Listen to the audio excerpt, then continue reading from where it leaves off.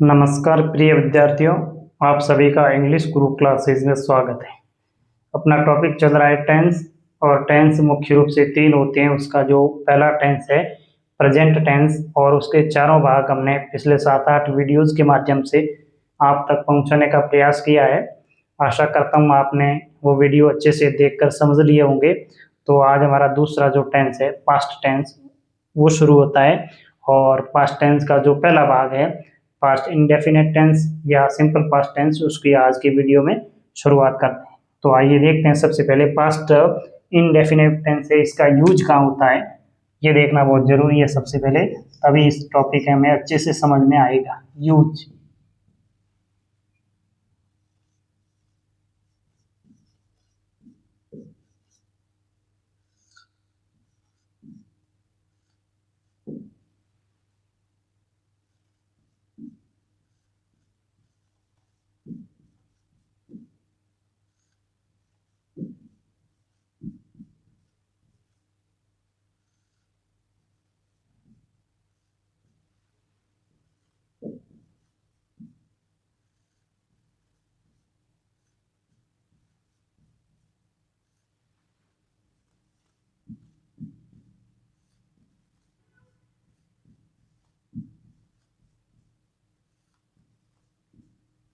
तो इसका प्रयोग भूतकाल में जो कार्य समाप्त हो गया हो या पूर्ण हो गया हो, यानी कार्य की समाप्ति का संकेत देता है, तो ऐसे समय के लिए पास्ट इंडेफिनिट टेंस का प्रयोग किया जाता है। अब देखते हैं इसकी हिंदी वाक्यों में अगर पहचान है तो वो कैसे करेंगे।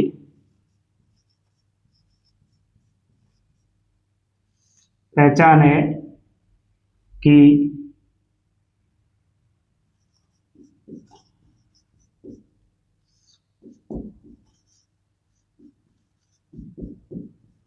वाक्यों के अंत में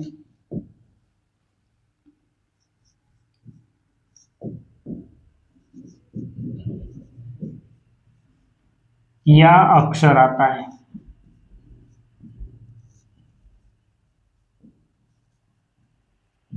जैसे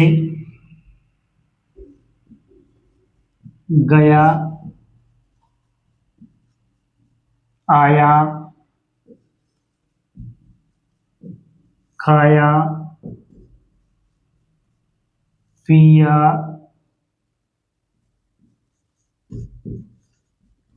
लिखा,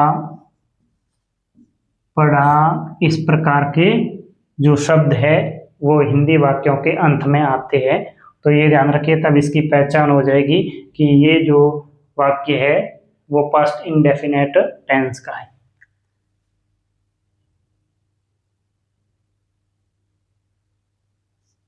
पास्ट इंडेफिनिट टेंस है, इसमें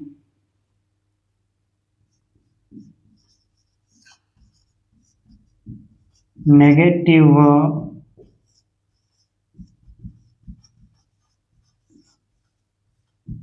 इंटेरोगेटिव सेंटेंस में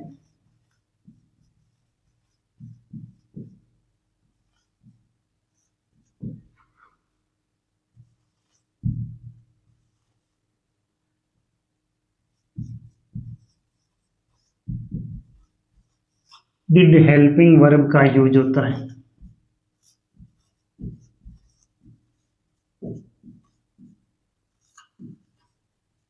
जैसे अपने देखा था प्रेजेंट सिंपल टेंस में, उसमें डू या डज का प्रयोग होता था, वैसे ही इसमें जो इंटेरोगेटिव और नेगेटिव जो वाक्य हैं सेंटेंसेज है उसमें डिड हेल्पिंग वर्ब है उसका यूज होता है। अब देखिए चारों प्रकार के जो वाक्य हैं उन वाक्यों को एक एक करके अपन समझने का प्रयास करेंगे कि चारों प्रकार के जो वाक्य हैं वो इंडेफिनेट पास्ट इंडेफिनेट टेंस में किस प्रकार से यूज होता है। जैसे अफर्मेटिव सेंटेंसेज,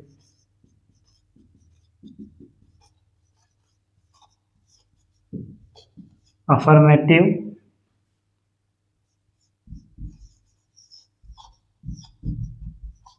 नेगेटिव,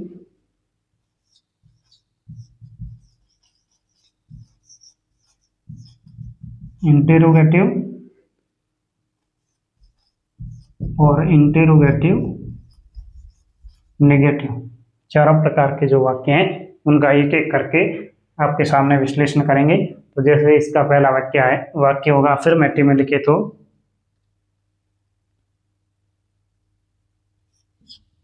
इसका स्ट्रक्चर देखें सबसे पहले कि स्ट्रक्चर क्या होगा। सब्जेक्ट प्लस वर्ब की सेकंड फॉर्म प्लस ऑब्जेक्ट, बिल्कुल छोटा सा स्ट्रक्चर है। इसमें सबसे पहले सब्जेक्ट आएगा, सब्जेक्ट के बाद वर्ब की सेकंड फॉर्म आएगी और उसके बाद ऑब्जेक्ट आ जाएगा। जैसे वाक्य है ही सब्जेक्ट रोट, वर्ब की सेकंड फॉर्म होगी राइट की, और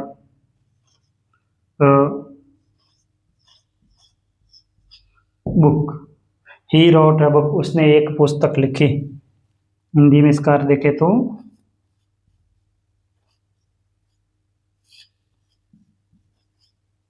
उसने एक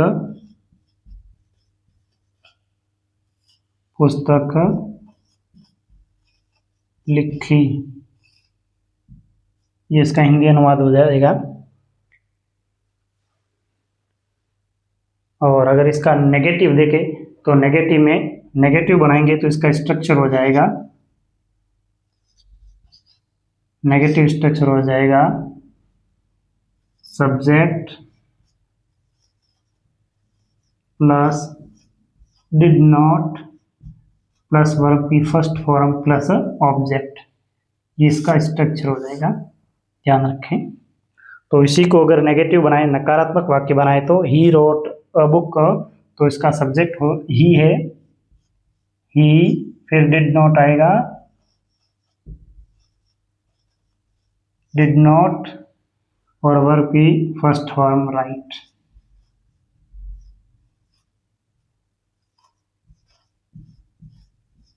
तो आपको ध्यान रखना है वाक्य में अगर डिड का प्रयोग हो गया है तो वहां पर आप हमेशा वर्ब की फर्स्ट फॉर्म का ही यूज करें। कहीं पर भी अगर आपको डिड का यूज हुआ और उसके बाद वर्ब की सेकंड या थर्ड फॉर्म दे रखी है तो वो मिस्टेक है, उस मिस्टेक को आपको जो है पता लगाना है। तो इसका हो जाएगा he did not right a book, उसने एक पुस्तक नहीं लिखी। अब इसी का अगर इंट्रोगेटिव बनाए तो हो जाएगा, इंट्रोगेटिव अगर इसकी बनाए तो इसका जो स्ट्रक्चर है वो हो जाएगा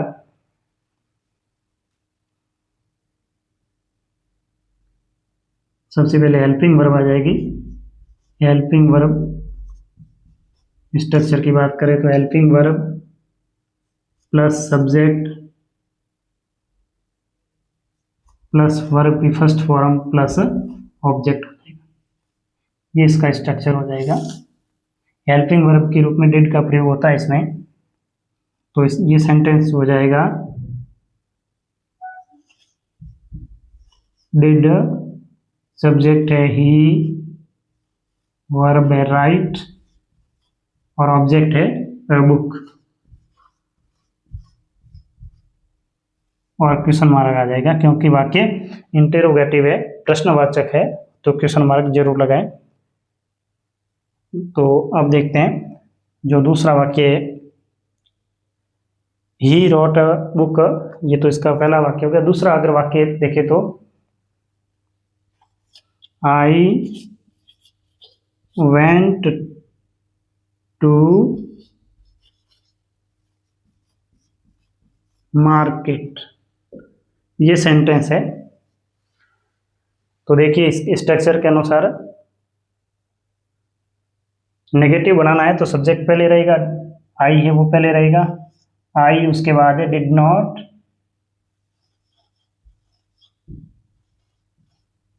आई डिड नॉट। अब देखिए वर्ब की फर्स्ट फॉर्म आ जाएगी, यहाँ पर तो वेंट था, जो वेंट गो की सेकंड फॉर्म है, अब फर्स्ट फॉर्म यहाँ आ जाएगी go, I did not go to market, इसका नकारात्मक हो गया।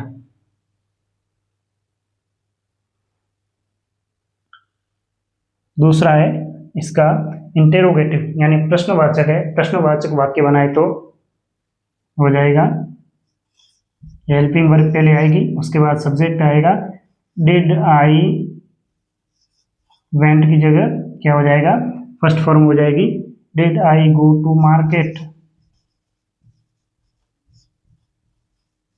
और क्वेश्चन मार्क, ये हो गया। तीसरा इसका अगर वाक्य देखें तो है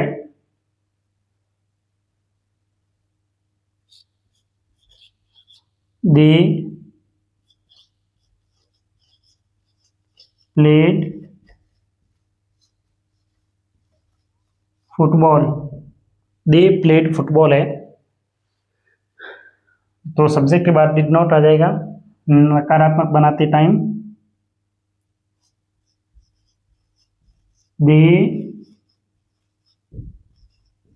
डिड नॉट, अब वर्ब की फर्स्ट फॉर्म आएगी प्ले फुटबॉल,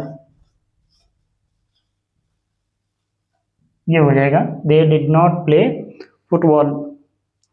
अब इसका इंटरोगेटिव बनाएं तो हेल्पिंग वर्ब पहले आ जाएगी, उसके बाद सब्जेक्ट आएगा डिड दे प्ले फुटबॉल और क्वेश्चन मार्क आ जाएगा। ये इसके अफर्मेटिव, नेगेटिव और इंटरोगेटिव हो गया। अब बात करें इसके जो इंटरोगेटिव नेगेटिव सेंटेंस यानी चौथे प्रकार के जो वाक्य हैं उनको अगर देखें तो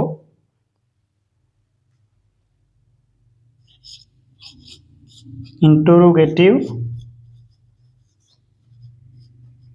नेगेटिव यानी नकारात्मक प्रश्नवाचक वाक्य, तो इसमें हो जाएगा स्ट्रक्चर, ये हो जाएगा हेल्पिंग वर्ब आएगी did plus subject plus not plus verb की फर्स्ट फॉर्म प्लस ऑब्जेक्ट, ये इसका स्ट्रक्चर हो जाएगा, ध्यान रखें। अब देखते हैं इन्हीं वाक्यों को इंटरोगेटिव नेगेटिव में लिखते हैं। तो जैसे है ही रोट अ बुक, तो इसका हो जाएगा डिड, सब्जेक्ट ही है, डिड ही नॉट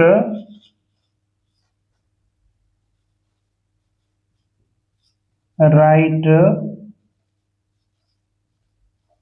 बुक और क्वेश्चन मार्क हो जाएगा ये।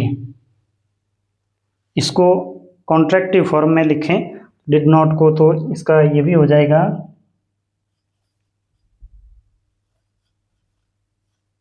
डिडंट ही राइट बुक और क्वेश्चन मार्क। तो ध्यान रखें डिड प्लस नॉट की, डिड प्लस नॉट है, इसकी कॉन्ट्रैक्टिव फॉर्म हो जाएगी डिडंट, ये ध्यान रखें। तो डिड नॉट को साथ में लाने से यहाँ didn't he right a book, ये इंट्रोगेटिव नेगेटिव सेंटेंस हो गया। दूसरा था आई वेंट टू मार्केट,